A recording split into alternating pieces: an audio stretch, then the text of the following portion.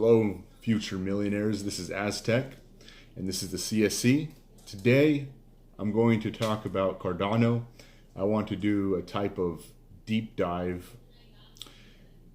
What I'm going to do is I'm going to kind of bring up keywords and talk about it. Cardano has so much to the project, and there's so many interesting names or words that are associated with the project that basically makes the project a little hard to understand or follow.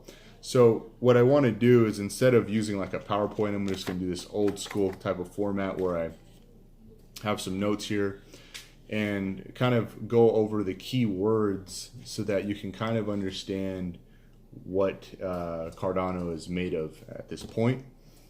And because it is a project that is continually being created, I really think that these type of videos should be continually being developed, because there's always so much more to the project, and so the roadmap is just, it keeps going. So to kind of start off, we'll start at the beginning. What is Cardano? But stay tuned to the end of the video, because I'm going to talk about price predictions that I have for Cardano. And yeah, so let's get started, guys. First, Cardano. Basically, it's a third generation blockchain. They have referred to Cardano as the Japanese Ethereum. Charles Hoskinson is the co-founder of Ethereum, and he helps, he's basically the one that has started Cardano. Now, basically, Cardano is made up of three entities. The first one being the Cardano Foundation, and they are out of Switzerland. They are ahead of commercial and regulatory matters. And you have Input Output Hong Kong, which is IOHK, and they are head of development and research. They basically help with the contract and platform development. And then you have Emergo, the third entity, which basically invests in startups and commercial ventures that are looking to build upon Cardano. Now, basically, Cardano is a global collective that's filled with experts such as researchers and engineers. And Cardano is a open sourced project, and it's looking to become fully decentralized. Now, at this point, it's not fully decentralized. And basically, Cardano is a lot different because many projects started as a white paper. Cardano basically was developed by a bunch of researchers and engineers. It kind of came from people talking and figuring out, how can we work on scalability. You have Bitcoin, you have Ethereum. They're slow, they cost a lot, because if you're mining Bitcoin or Ethereum, you're using a lot of energy, and so these different, Charles Hoskinson and probably many other very intellectual engineers basically started talking about these issues and developed Cardano. So instead of it just, being started white paper and then a website and then just going straight to investors, it kind of started more from, like a collective type starting point. Now, basically, Cardano has regulated computing, and basically that allows for improved financial inclusion. So you've probably heard, Cardano is trying to work with the unbanked. They're in working heavily in Africa and other countries around the world, or other continents and countries around the world. And they're looking to work with people that don't really have these banking type tools that are easily accessible, like here in the States or in other places that I live. You're able to just go, down the street and, go to Bank of America or whatever, and pull money out, or you can use your debit card easily. In other places, they don't have all those options. So Cardano's looking to help these countries out with their cryptocurrency and also their smart contract layer. Now, basically, of course, Cardano has the ADA cryptocurrency attached to it, and it's also a technological platform. So it's being developed still, but to give an example of other technological platforms, you have EOS, Neo, Ethereum. These are other platforms. Basically, it's the platform that allows people to develop their apps or decentralized applications upon. So that's basically Cardano. Now, from here, what I want to try to do is go over more the key words. But before I do that, I want to kind of explain why Cardano is a lot different than, let's say, Ethereum. Basically, Cardano is definitely built for scalability. And one of the main traits that it has is that it's built in layers so that it's easier to upgrade. And if you notice, a lot of the issues that Ethereum has had at this point is that it has a lot of challenges in upgrading, so that you can have faster transactions or other things. So basically, some examples of why it's easier to upgrade. It has different layers, such as the settlement layer, which has the ADA currency on. It has the computer layer, which is for the smart contracts and dApps. And those are just some examples of layers. So now for the key points.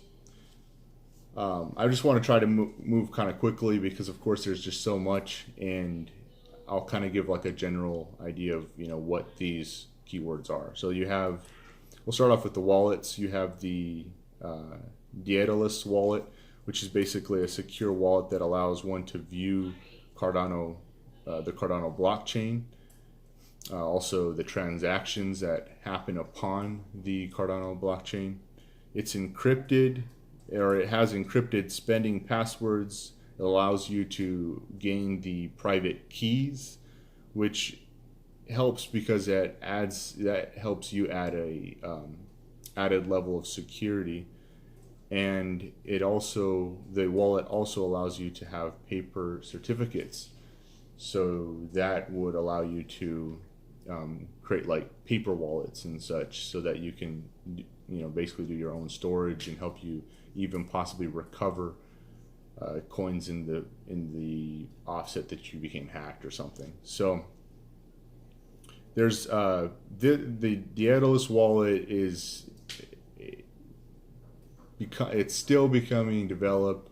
There's so much to it, but that's the main juice of it.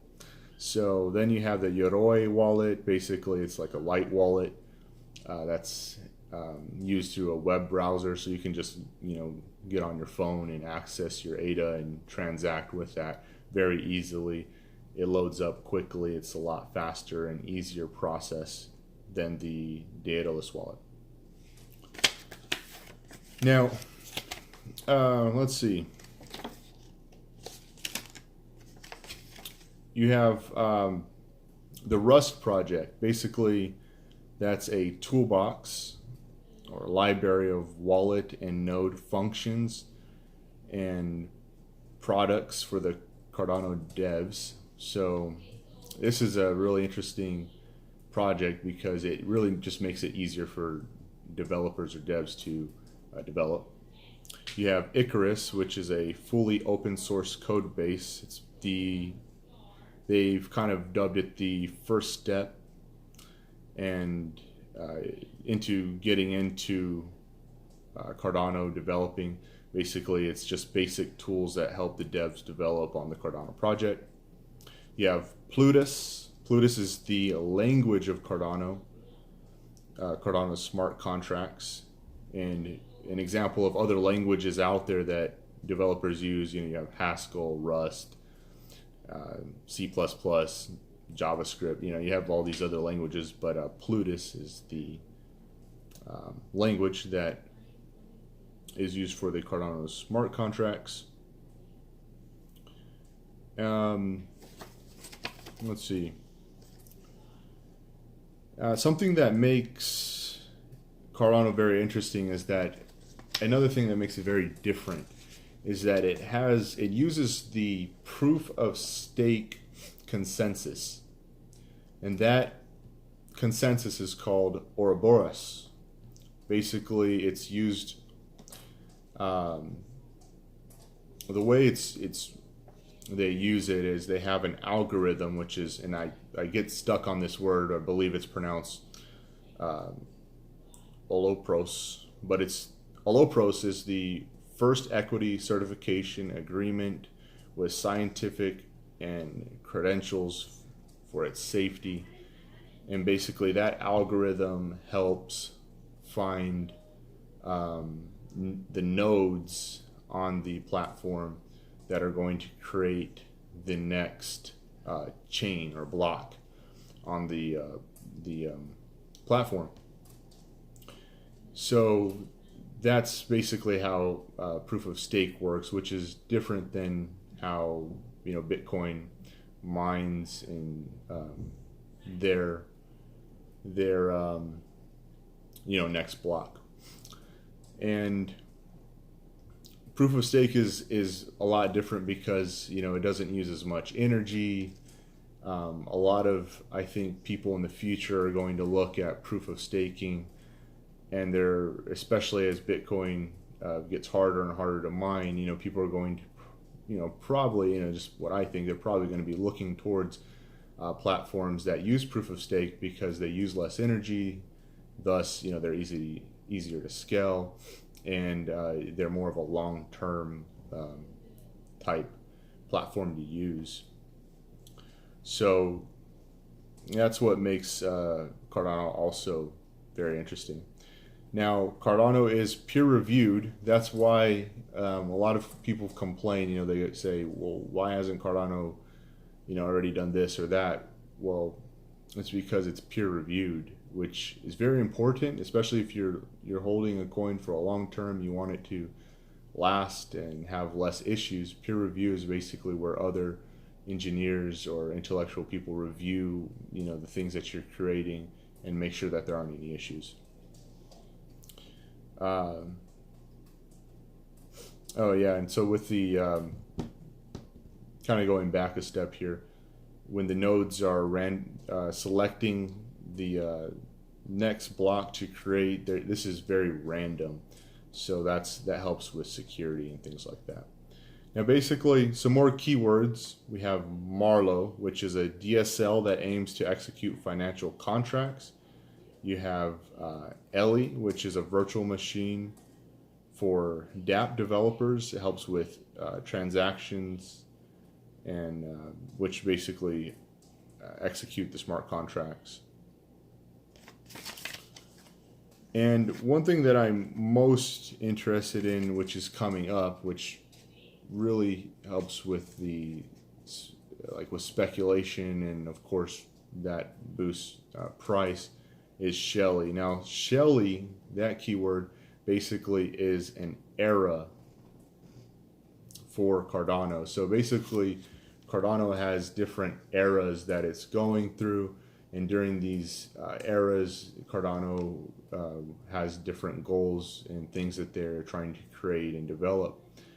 And we're in, we've gone through several eras. We're kind of still within other eras and developing, but Shelley is the next era that we're entering. And basically, in this era, it's going to be used to make sure that the technology grows into a fully decentralized and autonomous system. And during this time, some of the things that will be developed are incentives for stakeholders.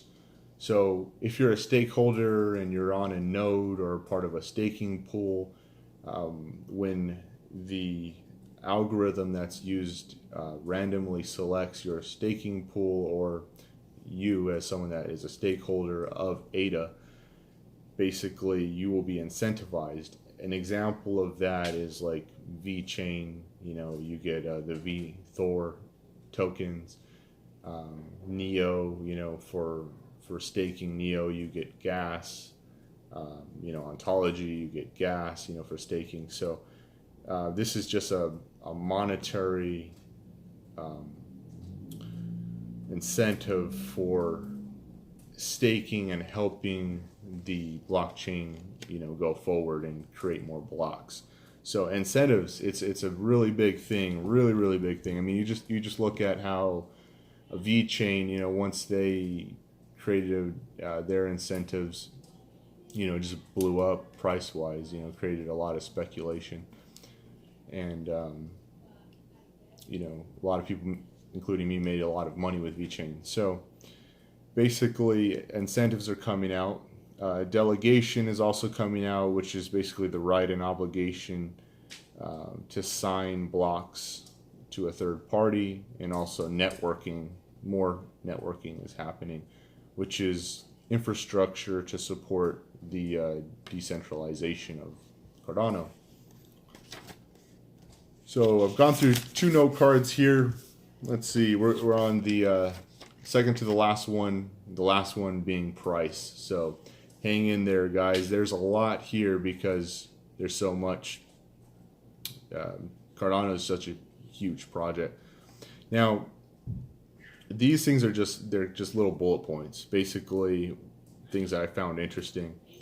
Also Cardano is trying to develop quantum computer resistance, which is huge because in the future, when we have these quantum type computers that are able to think so fast, compute so fast, they're worried about these computers hacking the blockchain, things like that. And Cardano is trying to develop quantum resistance. They're also on the roadmap. Cardano has debit cards. They're still developing side chains. They're trying to get nano ledger integration. They currently are saying that they don't have any marketing. So, if they're already in the top 10, they haven't even used any, true marketing. That's also a big bullet point, because when the marketing happens, you're going to see it receive a lot of attention, even a lot more than it already does. Of course, there's incentives, like I said before. People are talking about privacy options for Cardano, like multi-signature transactions. That's something that's like how Monero. That's a privacy option that Monero has to make the transaction more private. And these are all bullet points that are coming out in the future, that can come out in the future, or that are being talked about. So these are all things that are going to draw a lot of speculation, which is really good for price of a coin. If these type of things are being talked about or going to come out during a bull run, this will bring a lot of speculation to the coin. And these are all things that weren't even around in the last bull run in 2017, and Cardano did very well in 2017. And it's pretty interesting because Cardano could really inadvertently be challenge XRP, because XRP is working with the banks, but Cardano is working with unbanked. So if Cardano was to succeed faster, that may bring banks later on into Cardano. Also, it competes with XLM because they're trying to work with the unbanked. And it's also even challenging Bitcoin and Ethereum with their smart contract platform. And also because it's a platform that uses the proof of stake instead of proof of work. So, there's not very many coins that really challenge, that many coins at once. So Cardano is really just a behemoth. And it's just another reason why I find the project to be so interesting. So these are done. Let's get to the price prediction. Basically, Cardano last year roughly went from 2 cents to $1.30, which is more than 50 times. So, you know, that all happened without a lot of the speculation type factors that are going to be happening, you know, during the next bull run. So, you know, knowing that, this is where I get my price prediction from. You know, it's very easy from bull run to bull run for a coin to at least hit last year's or the last bull run's all-time highs. So, you know, it's very easy to say that in the next bull run, Cardano could easily hit $1. So, you know, if you bought in, like I bought in around, you know, the high 6 cent area or the low 7 cent area, you can, and you have, let's say you have 100,000 Cardano, went to $1, you know, you have $100,000. Now, my actual prediction is that Cardano should see another, you know, I think it can do 50 times again. So that would bring, if you took Cardano at its current price, which is on the low 8 cent area, and you multiplied that by 50, that would be $3. So I really think in the next bull run, Cardano will hit $3. So go ahead, and if you're invested in Cardano, go ahead and look at that and calculate however many Cardano you have to $3 or $1, you know. But what's interesting is that Cardano, by a lot of other people, you know, they're speculating that Cardano could go from anywhere to $4 to $10, which is definitely possible. And what's probably most interesting is that Charles Hoskinson is saying that he wants to make Cardano the first $1 trillion market cap coin. So just to kind of give you an idea of what that would look like, if you took, it's roughly sitting at a market cap of about 2,200,000,000. If you were to take that market cap and you know, divide it into $1 trillion, it would go in 454 times. So if you just took 454 and multiplied it by 0.08, that would give you a dollar amount of $36.32.